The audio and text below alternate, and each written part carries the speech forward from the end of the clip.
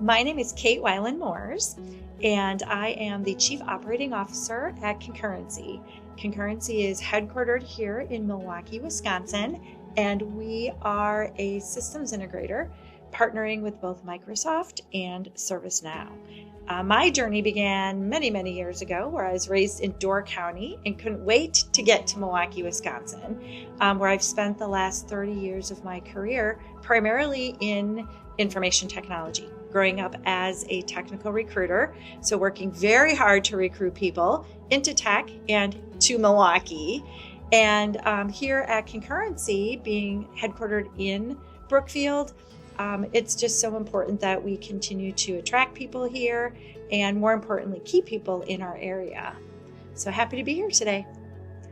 Yeah, and I'm Meghan Focht. I am the Human Capital Director at Concurrency, and I have about, over 15 years of human resource experience, ranging from university setting at University of Minnesota and at UCLA, and then also in manufacturing, hospitality, and then finally in IT, where I get to work with Kate. Okay, I'm going to pick a question. This one is around career paths. So the question is, how do you continue learning and growing at this stage of your career? This is a really good question. I guess, how would you answer this question, Meghan? Yeah, I think currently it's a lot of learning by opportunity. So I look at it just thinking, okay, I need to be open for what's in front of me and sort of ready to understand what the needs are at any given moment, take on a new challenge, and then get really curious about it. So either I'm jumping in to help my coworkers or help the business accomplish something and trying to figure out, okay, how can we do it? What can I learn? And then also getting curious outside of just my work, listening to podcasts, going to conferences, talking to people in my network. That always sparks some really good ideas. I think, Kate, you and I are always like, hey, I listened to this thing. What do you think about this? And it helps us implement new things. A lot less focused on that formalized path, which as like a B student, I was never really that great at anyway. You know, you bring up a lot of really good points, and I think I would add, a really important learning and growth opportunity for me is learning from the mistakes that we've made. So as an organization, especially in professional services, we're working with our customers, we're trying to invest in our employees. There's a lot of things that have to be in sync with one another, and you don't always get it right. So I've learned a lot from just, okay, what do we do in the moment? What have we learned from mistakes of the past? And failing fast, right? Failing fast. Just recognizing, okay, quick, let's move on. I will say, You've gotten good at that. I'm not so big about the learning and taking a class or going back to school at this stage of my career, but I do learn a lot from YouTube. So when it comes to things that are very technical, ticky-tacky, love YouTube as a go-to. Mm-hmm. And podcasts. You just learn a lot from other people's journeys. Mm-hmm. I love this question. Right. Yep. Leadership. What does authentic leadership mean to you in practice? What holds you accountable? You do this very well. I want to look at the question again. Like I say, it's a really good question. So authentic leadership to me really has to do with my own core set of values and making sure that any organization I'm working with is in line with that. I think I have a very unique opportunity in my role and the time that I've spent at Concurrency, because I was able to be the one that was helping to really set that tone and to create the values and put them in writing and then hold people accountable to those things. I think it's important for anybody in business and or in life is to surround yourself with individuals and be in an organization where that just feels like it is an authentic part of who you are, where you're not forced outside of that comfort zone and doing things that maybe are not ethically aligned with your values or just in general make you feel uncomfortable. Yeah, I think that's a big point. I know I've always struggled with this idea that you have to have like your personal self and your work self. And I feel like growing up, you always learned about that. And I've been scolded many a time for not sort of being a more professional version. And I just can't subscribe to it. I just need to be who I am. And certainly there's some appropriateness you got to navigate. And I don't think I ever went too far, but I do think it is, to your point, it's about finding the right place where you can just be yourself. And that's a big part of it. And I think the other thing about the leadership piece is not only showing up as yourself, but being vulnerable enough to also say, I might not know the answer, or what do you think? And creating that psychological safety, which Kate, you've done really well, allows, people to really come up and hold you accountable, right? So I think that's a big part of it. I think so too. Yeah. And bringing your whole self to work too is something that I think is really important to me. And like you just said, Meghan, there's often this, school of thought where, you have your work self and then your personal self. And I always thought that was such a sad place to be. Mm-hmm. And, who would want to live that way? Mm-hmm. So good point. Yeah. Good call out. All right. I think you're up. Why Milwaukee? Why not Milwaukee? Why Milwaukee? All right. How would you describe the collaborative spirit among Milwaukee tech companies compared to other markets that you've experienced? Yeah. Just trying to think about it. I mean, we had offices in Minneapolis and in Chicago, and I worked in Los Angeles. And I think the biggest difference is it's small Milwaukee, right?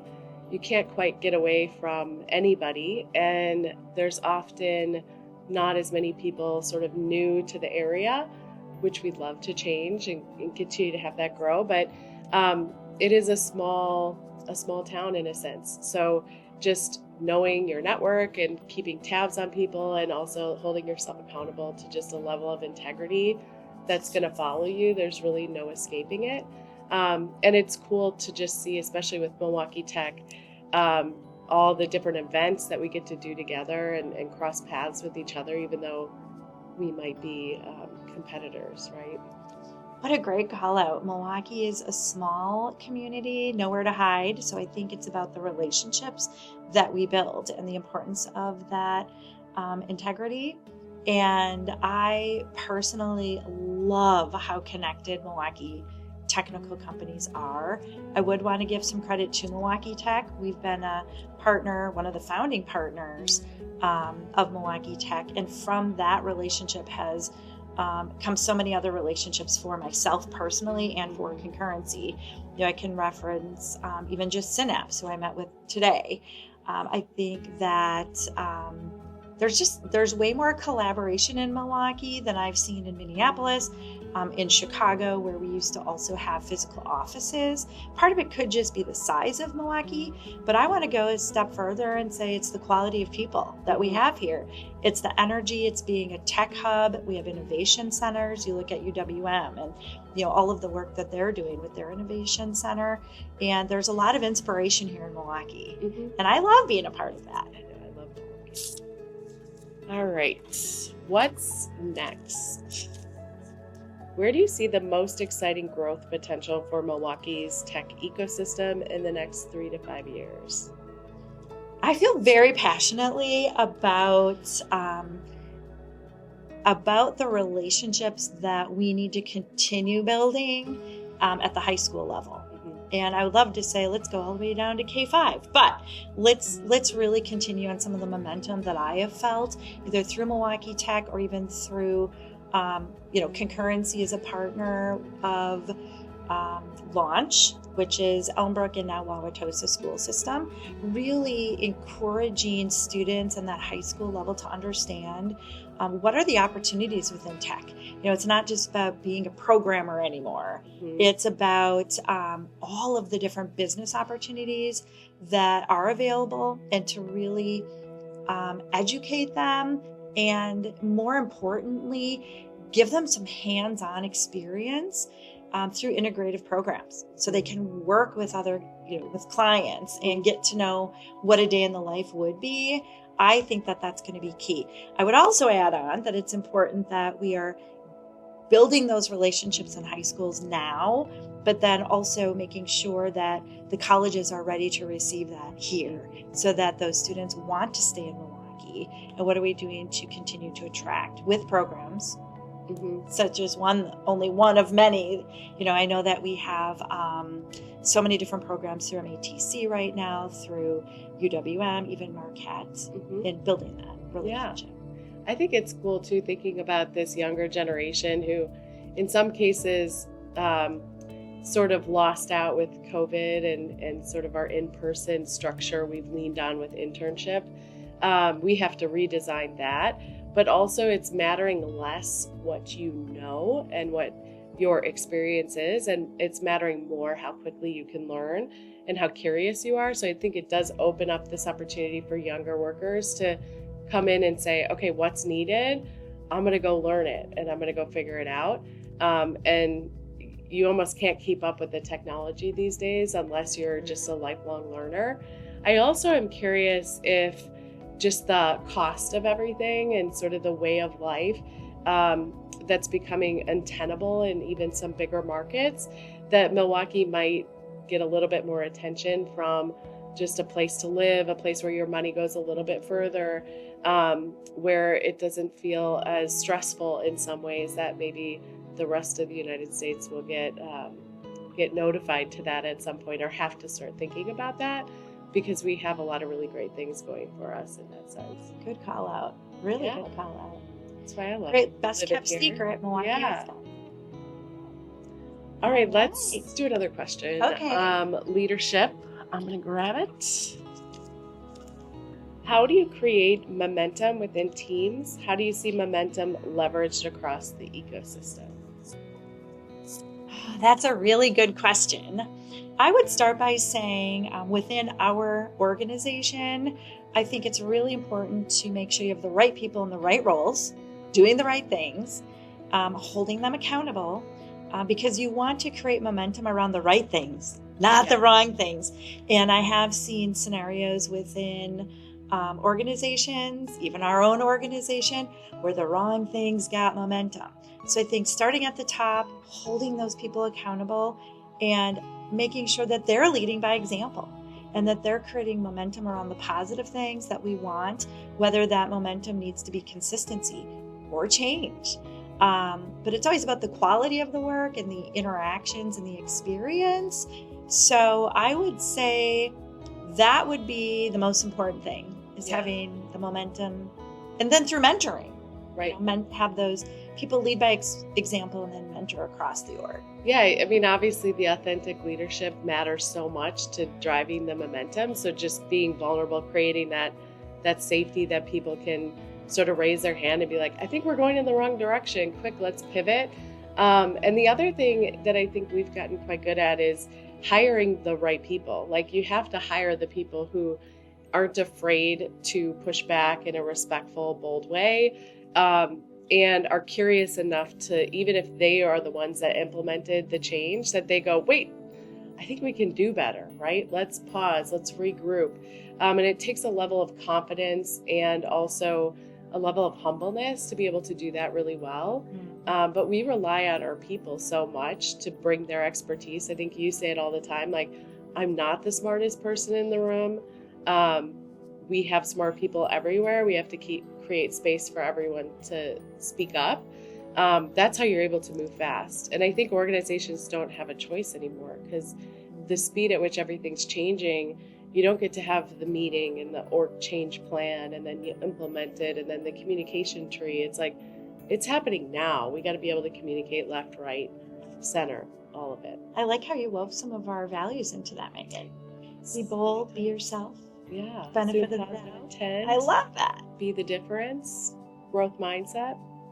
That was awesome. Just to name all of them. Should we do one more question? Yes. Okay. Let's do this one. Let's do this one. I like that one better. Okay. This is a good one too. What is something uniquely Milwaukee about the way that you, your team, or your company operates? Yeah, this is a good one. I don't think I've thought about what's uniquely Milwaukee for quite a while. But I think what comes to my brain right away is like this friendly and collaborative and non-showy attitude.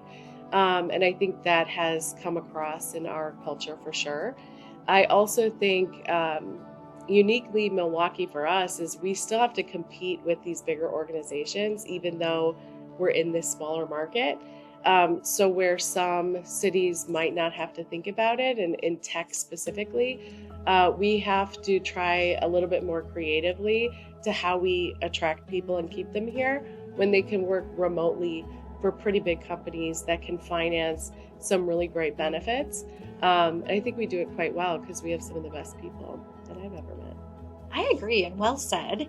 I would also add that working for Concurrency and the fact that we've been here in Milwaukee for 36 years, that creates a lot of opportunity for us as a brand here in Milwaukee, and having a good reputation where we are able to attract people to Milwaukee from places around the world. Mm-hmm. Having that reputation in the years in business, I think, is also really Yeah, it's interesting too. It comes up. I was just talking to someone about, we had a client that had New York people and then we had Minnesota people, and to see that interaction of like the really harsh, direct culture with the, I like it a little softer, and I want to feel better about the interaction, maybe less direct.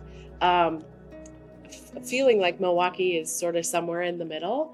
And I think it serves our clients really well that we are approachable. I still feel like in Milwaukee we like to get to the point, but maybe that's just me. But it's interesting, especially when you're working with other communities, how you can see just how different people can interact. So true. Yeah. What a great question. Mm-hmm. Well, thanks so much, Kate. Thanks. This was fun. I know. Thank you so I always much. get to talk to you at work, but it's always fun to really hear what you're thinking about some of these topics. You too. Thank you for joining me. Awesome. Thanks.